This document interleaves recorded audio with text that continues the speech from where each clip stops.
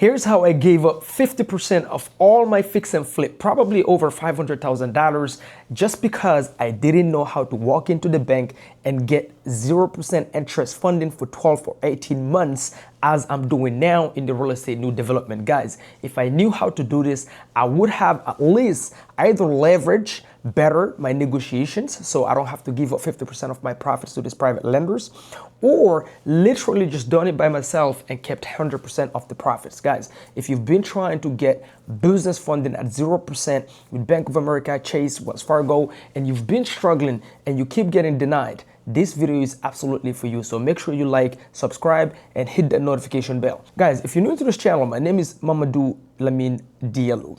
I've been doing real estate full time since 2018, and I started actually with fix and flips, right? And now I've transitioned into real estate new development. But in my early years, my first year when I started, I didn't have the capital to renovate these properties, nor did I have the credit, nor did I know the power of credit. So what I used to do is I would find distressed homeowners off market, and I'll negotiate these properties, at a discounted prices. And my goal was to renovate them, put them on the market, and resell it. The issue is every single time, I negotiate a property, then I put it under contract. Obviously, the next thing is, where do I get the capital to renovate these properties? Now, I'm lucky enough that I've learned a strategy called creative finance, so I didn't have to buy these properties cash. I knew how to negotiate it, put it under contract, and turn the homeowner into the bank. So essentially, I've bought the properties, just I didn't have to bring the cash. I have a whole playlist on this channel. You can check out my creative finance playlist. Now, once I secure the property, I'm under contract, I have 6, 7, 8, 9 months to renovate this property, put it back on the market, and sell it. So the next step would be to go obviously and get the funding for the renovation. And I remember my first one, I needed about $75,000. I didn't have the money. I'm just starting out. I left my corporate job. I have a little bit of saving on some properties that I've wholesaled, but I wasn't trying to use those savings. Then I learned that essentially something else I can do is to do what we call OPM, is to use OPM. OPM stands for other people's money. I can raise private money, use somebody else's money, and renovate the property and give them a return or give them equity. And that's exactly what I ended up doing. So I ended up finding somebody who would love to fix and flip. He has more experience than me. He has the capital. He has the great 9 to 5, but he don't have the time to find the properties. He doesn't have the time to negotiate. He doesn't have the time to deal with the GCs. He said, hey, I will fund. Somebody else introduced me to this person. He said, I'll fund the whole renovation, right? I'll bring the GC that I'm used to working with, but I want 50% of the profits. 50%. So we made like $62,000. He got 50%. But guess what, guys? I did all the hard work, meaning I'm the one who found the property. I'm the one who negotiated the property. I'm the one that was doing the project management, going on site every single day, making sure the project is going well, right? All he did is bring the money of the renovation. Obviously, I'm grateful. I'm just telling you guys that if I had the knowledge for the funding at 0%, I would have done it differently and probably kept most of the profits, considering that all the time I had to put on the phones and call all these homeowners and get cussed out on the phone and hang up on before I can get one homeowner to tell me yes and let me, put a property under contract, the beat up home under contract at a discounted price. Now, little did I know, right now, the way we purchase land for the new developments that we do, first thing we do is just create. I didn't know. You can just literally have a great credit score, 700 or plus, which costs you less than the price of a Starbucks. Even if your credit is shitty right now and you need to fix it, you're not going to spend more than 1,200 max, sometimes 700, sometimes 150 bucks, depending what you need to do to clean the credit. Then the profile. If you have a strong mixed profile, banks like to see different types of accounts on your profile. What do I mean by accounts? Maybe you have a credit card, maybe you have a car note, maybe you have like a mortgage, right? And the great thing is, and I didn't even know this, it doesn't have to be your own loans. You can go buy somebody's history. So let's say hypothetically, you know somebody within your family who has a great credit card, and that credit card is from Navy Federal, right? and they've had it for, I don't know, 5-7 years. They're very well disciplined. They pay things on time. So not only now, the card have an age of 7 years, but they also, let's say hypothetically, they have a limit of $10,000 on it. Well, they can literally add you on that card, and if they do so, you inherit both the age and you inherit the limit. And you can do that for all the other accounts, because banks like to see mixed accounts. They don't like to see only one type of accounts. So you can have 800 credit score, but if on your profile all you have is credit cards, it's not gonna work. So they want to see different things. Even your rent, if you're paying rent, for example, right now, they want to see that reported on your account. Anyway, if you need help on that, now we're helping a lot of clients get funding the same way we're doing it at 0%, right? So once you have that, next thing you do is what? Create an LLC. An LLC costs literally, depending on the state where you live in, $500, $700. You spend more than that on Chipotle every single day or on Starbucks. So what I could have done is fix up my credit or create my credit, get it to 700 plus credit score, have a credit mix, right?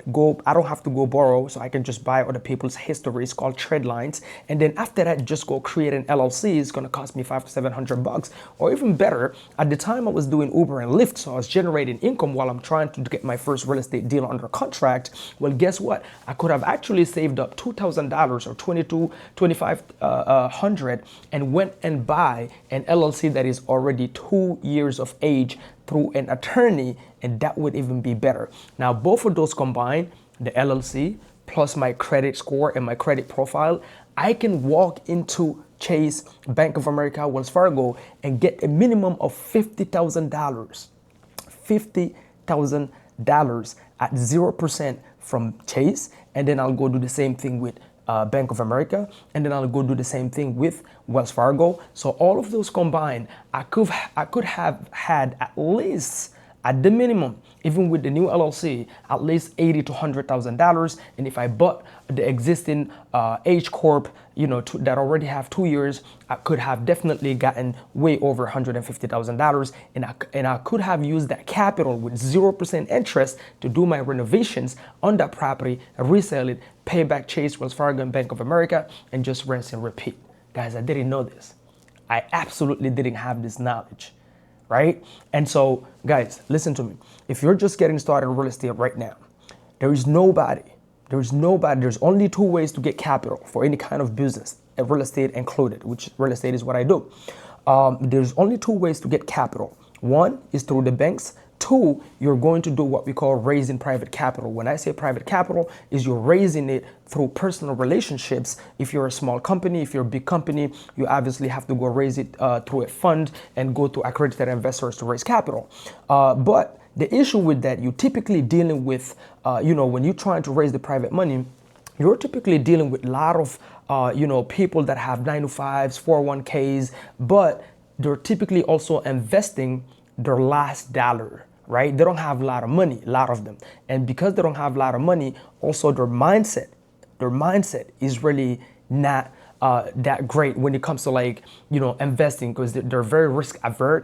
They're not very high risk tolerant. Any delays on your project, it just start becoming a headache. They think they own you. If they text you at midnight, you don't respond to them. They start, sending you nasty text messages. But the bank, who has more money than the bank?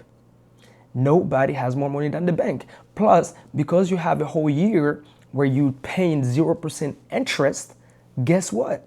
Any profits, if you don't exceed the time, because a fix and flip takes at the most 7 months, unless you really, hire the wrong GC, the GC run off with your money, you didn't hire a coach to guide you through that first project. Maybe you bought the property at the wrong location, things like that, obviously, right? You have to learn how to underwrite properties and those kind of things. We actually have weekly classes on that. If you want to join, is on school. But besides that, right, it shouldn't take more than 7 months. And you have 12 months at 0% to take that money and put it to work. Right, guys? So now I'm thinking, oh man, if I had this knowledge my first year, I could have kept in-house $500,000 to $700,000 in all these flips that I had to do with a private lender. Didn't have to do anything other than bring the renovation money each time, and I gave him 50% of my profits. All right, guys. So listen, if you've been struggling to get 0% funding, right? Business funding to put it to work in any, you don't have to do real estate, right? Once you get the funding, obviously you can deploy it however you see fit. If you're competent in, I don't know, opening restaurants, whatever. But all you need here in the US at least, you need a great credit profile, right? And then you need an LLC. And with that, guys, you can go ahead, get some capital. Now in the back end, obviously, it comes down to you. Do you have a vision? Do you know how to execute? Do you have the right mentor if you're not knowledgeable in the industry that you have interest in to hold your hand and help you execute successfully? That's the only thing in the back end that's going to help you fail, or succeed. But when it comes to the banks, nobody have more money than the banks. They print it. So if you're new in real estate, I don't want you to think you have to wholesale your life away, be, trapped in that rat race, or all your flips or, buy and holds. You have to share all this equity with private lenders that can barely cover all the costs that you need anyway to get in the deal, right? You can literally go get 0% funding, put it to work, execute, make profits, and pay these banks back. And then when you go back, guess what? They will increase those amounts. That's exactly what we're doing right now. So until next time, guys, I hope you enjoyed this video. Like, comment, right? And let me know if you've already tried getting business funding and if you succeeded, or what's been the issue that you've been dealing with every single time you've tried it to get business funding. All right, guys, I'll see you guys on the next one. Until then, keep that boom mentality, be bold, obsessed, optimistic, and lastly, have a mindset that's abundance. There's enough for everybody. Boom, boom, boom.